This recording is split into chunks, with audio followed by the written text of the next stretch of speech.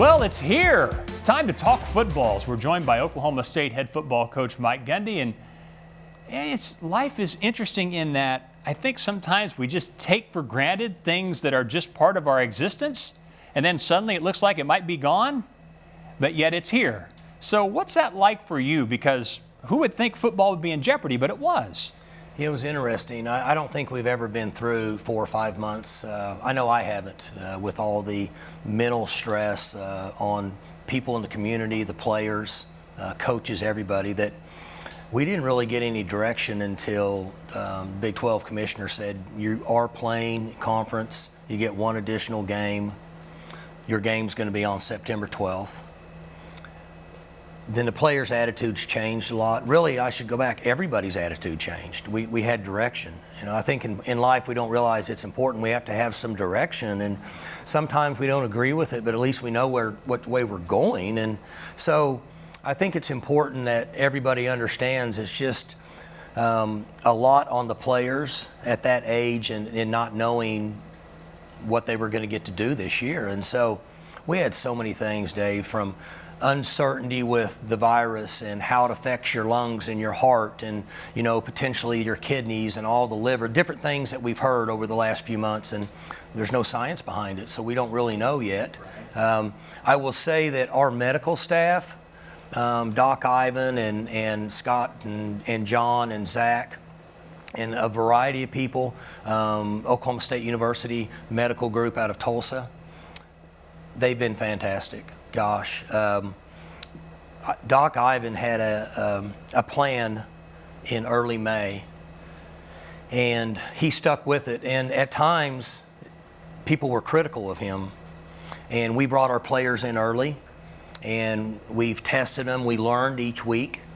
And there was times when he and I would kind of argue, and he told me that, you know, I have to do this. This is what I do. You coach football. I'm in the medical community. And he has gotten our team now, today, a week before the first game, in fantastic shape from the virus in order for us to play a football game. And he's been unbelievable. So all those things during the last 3 or 4 months leading up to now have just created a lot of uncertainty. And so I go back to the direction. Nobody really knew what we were doing. You know, and this is a long answer, but I think people are interested in knowing that, like for the players, do we practice? Do I practice hard? Do we tackle? I don't know if I'm playing a season. Do I want to get hurt if we're not even playing a game? Right. So for me, I'm somewhat old school, and as a coach, I see it, we've got to get guys ready, and then you go home and you sit and think.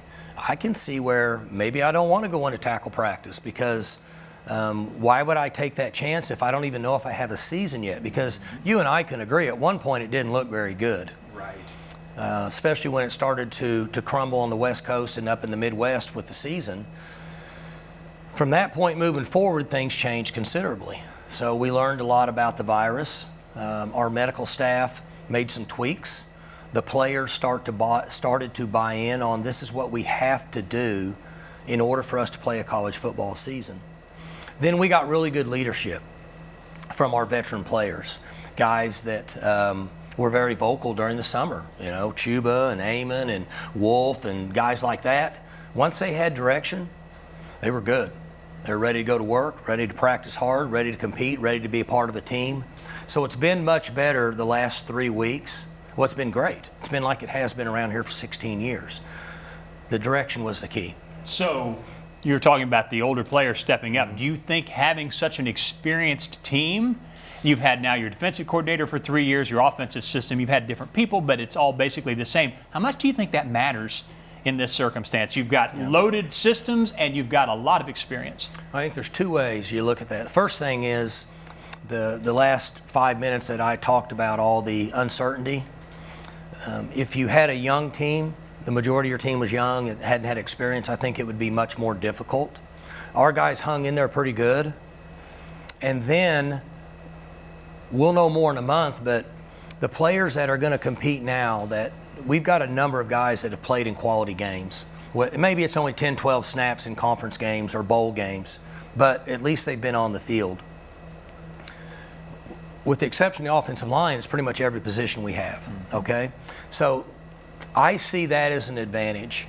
Again, we'll know more in a month, but having players that understand, if you can stay healthy with the virus and be very disciplined and continue to play, you're going to have some guys that are going to get it, okay? So I would be shocked during the season if we don't get 2 or 3 or 4 guys a week just based on the way life is. They're still students, they're still around campus, they're still out in the community, they have their friends. They can be very disciplined and still get it. So what that means is that guy that only played 10 plays a game that's now having to be a starter if something unfortunate happens with the starter with the virus, he's going to be better than he would be if he had never stepped on the field. So that should help our football team. So thinking about camp and what happened on the field, what was maybe the best, maybe a surprise or best thing that happened, maybe something unexpected, position-wise or anything that's come up that you feel like, wow, we're better off there than what I thought we would be? Again, I go back to the first couple weeks that we had them for these OTAs that they called it, lack of a better term, which is walkthroughs and meetings. They were okay, but we still didn't have that direction. So from my standpoint, I've done this 16 years, I just stand and watch. I wasn't comfortable because I saw a lot of uncertainty. Once they said we're playing a game and things started to get better, we had those veteran players, and I could go through our seniors on both sides of the ball, and I named some of those guys, but even like Christian Holmes, who just came into our program, he's been fantastic. He's a veteran, he gets it. He was able to lead the young guys. So once they had that, they started to practice really well. When we went full pads, Doc Ivan held us out of full pads for a long time because he said there's uncertainty that he had with conditioning. Where are we at? So he said, I need you to stay shorts and shoulder pads at least a week longer. Well, that's difficult for me. I'm set in my ways in the way I want to prepare our football team to get ready to play a game. So I had to be very accessible to the information on what was best for our team. And I did. I listened to them, and I altered some things. Then when we went full pads, they competed, and they played hard, and they practiced hard. That was a turning point for us. Our condition wasn't very good. It's just can't be good because when you don't train in the summer as a group, I mean, you and I can say we go work out. We don't work out as hard if nobody's watching as if somebody does watch us. That's just the way it is. Well, it's the same thing with young people. So once our condition got back, through them practicing hard, I saw it start to turn 2 weeks ago. What progress have you seen from Spencer Sanders, your quarterback? Well, just the natural progression of a quarterback that's getting more reps. He played in games last year. His season was cut short, so he lost a lot of reps. But he lost spring football. Those were quality reps for him because we scrimmage a lot in the spring. He has a better feel for just being out there, but the one advantage he has now compared to last year is he's not splitting reps in preseason because of Drew. Right. So they went 50-50 last year. Well, Spencer's got the majority of the reps like our starter has years in the past, so he's gained more there. So I think he feels more comfortable. You know this, you've been around Spencer. He's going to compete. He's going to play hard. Pain's irrelevant to him, and he loves football. So all those things are an A+. Now we just have to bring him along in the game, and his quarterback coach, Tim Rattay, has been fantastic. The relationship he has with him, I think, is really good, which is important. So I see him getting better each week. But I still caution everybody, he's still a young player. Most quarterbacks, almost two full seasons until they can really get going comfortably, in my opinion. So hopefully he'll be quicker, but maybe 3, 4, 5 weeks. How do you overcome that? Well, you hand the ball to Chuba, or you throw it out there to Wallace or Stoner or somebody like that. It makes it look a lot better real quick. Speaking of Chuba Hubbard, just from watching what I've seen, he looks pretty determined. I mean, and not that he wasn't last year, right. but it's almost like it looks like he has a point to prove. Do you get that vibe from him? I mean, There's been some moments in camp where he, as good as he looked last year, he may have surpassed that. I mean, what's been your impression? Well, you guys know now, he played hurt last year. Yes. And Chuba had a disadvantage because he didn't ever practice. Mm-hmm. So he was one of the few players that I've seen in 30 plus years of college football that would practice at a 50% ratio, half speed for lack of a better term, and then play on Saturdays. So once the bowl game was over, we got him to a specialist and found out that he did have an issue, and we were able to repair and fix. And once that happened and he's worked his way back, he feels comfortable again. So he's practiced hard. His attitude has been great. And what you've seen in the tape that you've seen in our practices is, once he gets to a point where he can turn it loose and go, I've used the illustration. It's like Secretariat, I mean, it just keeps going, and everybody else keeps going this way, and he's going this way. So, and that's the home run that he provides our offense. Is we have to find a way that if they just make one mistake, and he gets a step or two, then it's a good play for our team. And he's done really well with that. And he's taken some hits in practice and pops up, gets the ball back to him, gets back up and plays again. That's important for me as a coach. He needs to get hit, because when we play in games, he's going to get hit. Right. So you don't want him to get hit a lot, but you need to get hit some. And I like where he's at right now. I like his attitude. I like his mental approach. And I like the leadership that he's provided our team the last 2 weeks. Final question. Basically, 10 starters back on defense, so lots and lots of experience. Toward the end of last year, there was great progress. So what's the big leap they make now? I mean, lots of guys back. So now what's that leap look like defensively? So for our guys, I like our depth. I like our experience. I like the game maturity that we have. So you say, okay, how can we coincide and work with the offense and be a productive football team? We're going to be on attack. Coach Knowles loves to do that. So there will be an attack defense. The pressure's on the back end. You got to cover guys up. You have to be aware of double moves. Minimize big plays. You and I have been working together a lot of years offensively. We know we win games by getting big plays and not turning the ball over. So it's just the same on defense. You have to be able to attack without giving up big plays. If your attack doesn't win and you give up a 7, 8, 10-yard completion or a play and you get them down, that's okay. Because then the more attack that you have, you're going to get them for loss. You just got to avoid the big plays. And then the years that we've played really well here, our double-digit win seasons, have come from turnovers. Mm-hmm. We're big in the turnover margin, and defense forces turnovers and makes plays. So I would say, based on history, those are things that are important for the defense. Coming up, Coach Gundy and I preview Tulsa when we return.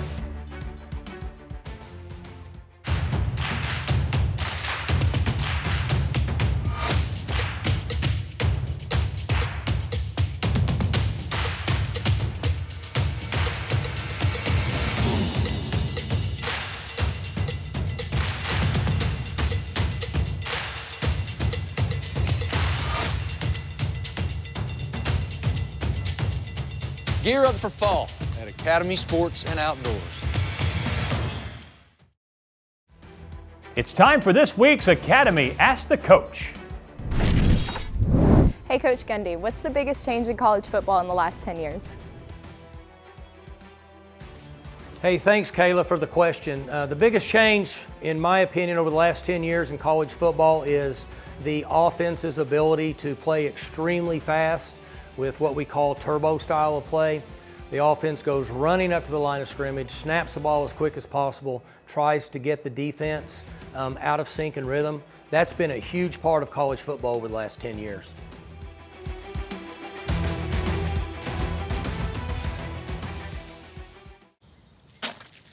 You need more layers, diagonal layers. I got it, Ron. Thanks. Leave him alone, Dad. Oh, honey, you should use ice blocks instead of cubes. No, Bud Light Seltzer goes on top. Diagonal layers. Did you pre-chill the Bud Light lemonades? Need more ice. And diagonal layers. I mean, if you're gonna do it right. I don't need my hands getting cold. Why don't you try using the Plumsky method? Brings out the citrus notes.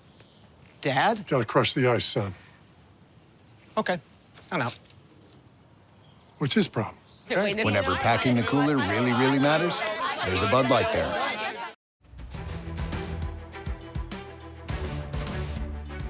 Coach Gundy with us once again in the season opener. Of course, the schedule's been shuffled around for obvious reasons, but Tulsa's coming in. Your thoughts on their team? Very mature offense, returning quarterbacks, receivers that made plays for them. They've got a couple guys at wideout can really go get the ball. They like to put them inside, try to get them on safeties, double move, things like that. Art Briles style of offense with Coach Montgomery and his history there, and going to run 3 or 4 running plays, try to be really good at them, and then catch you sleeping and run by you and throw the ball down the field. Defensively, they lost some guys. You know, they were really good on defense last year. They got beat up a little bit as the season went on, but we played them early last year. We thought they were really good on defense. You know, they've got the backer. That's a really good player. He's probably going to be an NFL player. Both nose guards are good players. So they've got a team that's I'm sure that he's developing, and we need to play well. You know, early in the season, as a coach, you know, you lose sleep at night because first games are discipline, turnovers, and special teams. And those are the things, and as I watched the games last Saturday, some of the games, those are things that made the difference with these teams, those 3 areas. And so, you know, Tulsa's going to come over here with who they are. We're going to do the things that we do, but it'll be more about discipline, special teams, and turnovers in the first game, in my opinion. One of the returning starters on defense is Rodarius Williams, and you'll hear from him after the break.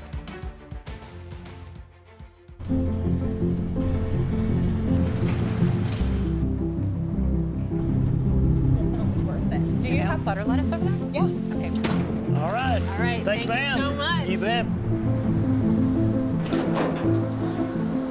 Okay. Just try a little bit here. Hey, Jay, can you grab that? We'll get right on it. Thank you.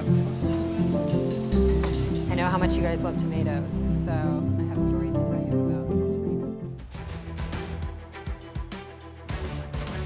This past season was an emotional roller coaster for defensive back Rodarius Williams. He experienced the highest of highs and the lowest of lows, but never wavered through it all.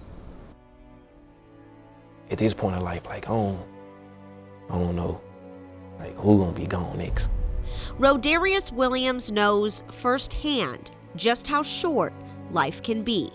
Toward the end of his junior season in 2019, Rodarius had 4 members of his family pass away in a span of just a couple of weeks. First, like, my little cousin, he got, like, shot in a drive-by. I get a call from my mom, like, he was in a drive-by, got shot in the head. And then, like, a couple weeks later, my great aunt died, you know, from just bad health issues. And then my older cousin died like a week after my aunt passed, you know, just wrong place, wrong time. And then after that, my grandma died, great grandma, from cancer. It was really rough because we was just losing, you know, our family members like back to back. And I remember calling like, why us? You know, why is this happening? Despite it being one of the toughest times in his life, he found strength in the sport he loves. He is my strongest baby. He is the strongest one. So, I mean, if he's hurting, I mean, I know sometimes he hurt though, and I know that because he's human. But if he's hurting, he don't really show it a lot. And like I said again, he just go on the field and play and do what he have to do. But he be so strong for all of us. You know, when we be the weak ones, he the strong one. I'm like, oh no, you can cry on my shoulder, but he does it.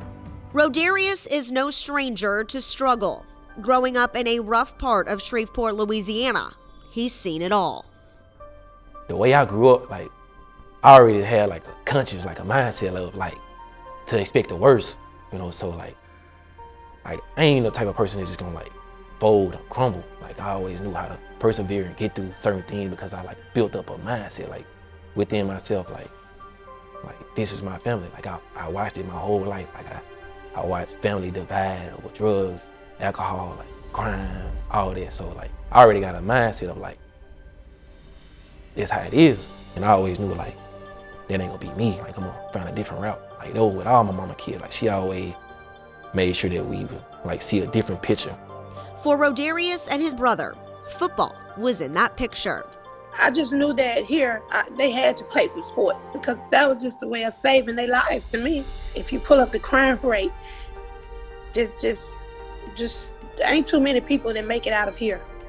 And that's another thing that just keep me going, just knowing that, especially for two African-American male, you know, I just feel like they beat the odds already. When they went to college, graduated high school, they had already beat the odds. Rodarius came to Oklahoma State in 2016 and made an immediate impact after his redshirt freshman season, starting every single game of his career. But he says something he recently accomplished away from football means more to him than any game he's ever played. He's the first out of our family, you know, that I know of that has a college degree.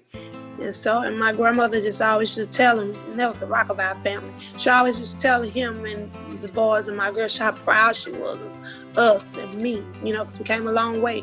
Achieving a degree, like, I ain't even know like it'll mean so much more. You know what I mean? Like my mama broke down.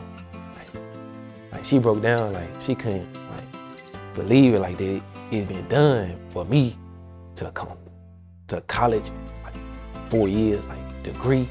Like there was a change ball game.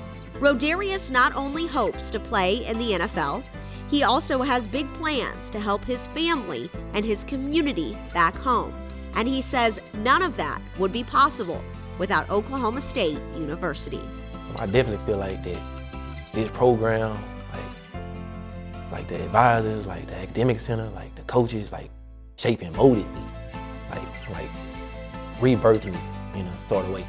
You know, now I got a mind frame of like, man, we finna create generational, well, like gave me a whole different mindset of a way of living and life. And I'm grateful for college. Like college is the best thing that ever happened to me.